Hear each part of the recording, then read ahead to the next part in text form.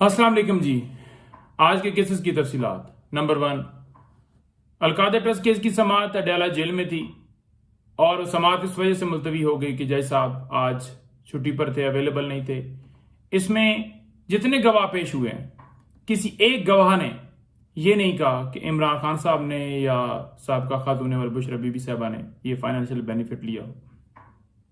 तो फिर केस किस चीज का?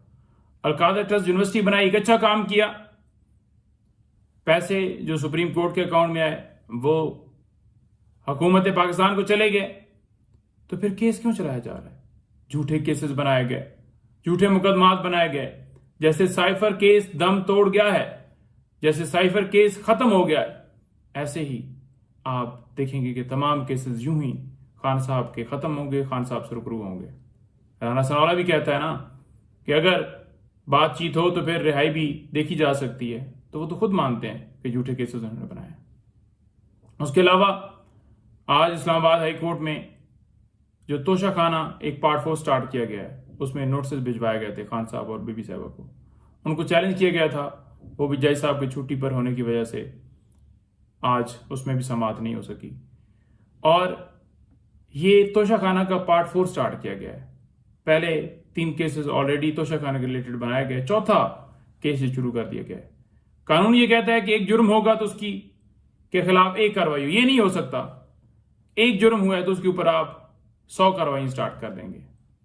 तो ये गैर कानूनी कार्रवाइयां, ये काम सारे जारी हैं। और इसके साथ साथ इस्लामाबाद हाई कोर्ट में पीटीआई का जो ऑफिस सील किया गया था उसको डी सील करने का हुक्म दे दिया है।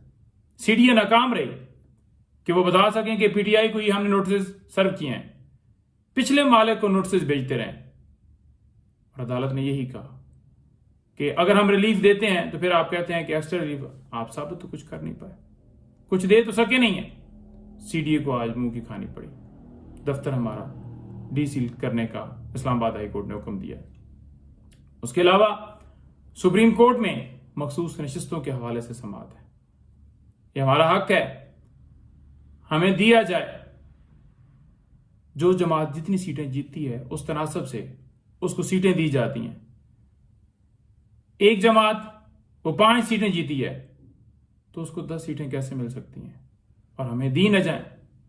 सबसे बड़ी पॉलिटिकल जमात पाकिस्तान तहरीक इंसाफ, लोगों ने पीटीआई को वोट दिया और आपने देखा कि अब तो इलेक्शन कमीशन ने भी हमारी शमूलियत के बाद सुन्नी इत्तेहाद काउंसिल को एज ए पार्लिमानी जमात तस्लीम कर लिया और ये डिठाई के साथ दोबारा सुप्रीम कोर्ट में गए हुए हैं। ये पीएमएलएन और से सारे पीपल्स पार्टी वाले जितने बाकी दीगर हैं, ये इतने सीटों के इक्तदार के भूखे हैं, लालची हैं कि अवाम का जो मैंडेट जिसको दिया है उस मैंडेट को लेने के लिए वहां पर पहुंच गए। पहले फॉर्म 47 के मुताबिक, जो फॉर्म 45 के मुताबिक हारे हुए थे, उनको 47 में जितवाया गया, धांधली करके, सारा फ्रॉड करके।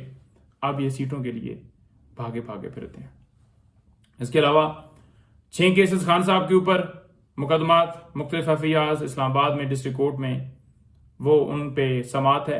एक बीबी साहबा का केस है जेली रसीदों के हवाले से, जैसे पहले मैंने गुजारिश की, कुछ ये 9 मई के हवाले से और कुछ दीगर केसेस हैं जिसमें जेली रसीदों के भी ऐड करके, तो ये टोटल 7 केसेस हैं।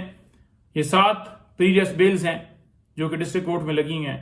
और हम हर रोज यही हर पेशी पे ये इस्तदा करते हैं कि खान साहब की और बीबी साहबा की इन मुकदमात में जमानतें कन्फर्म की जाए। इस वजह से कन्फर्म नहीं की जाती कि अदालत हुक्म देती है कि खान साहब को पेश किया जाए।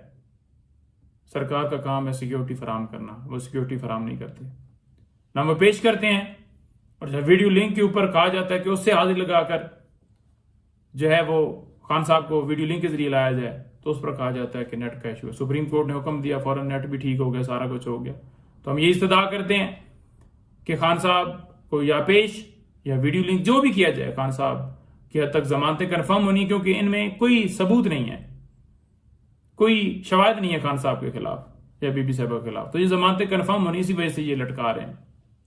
हम ये इस्तदा करते हैं कि ये जमानतें, इनके ऊपर फैसला दिया जाए।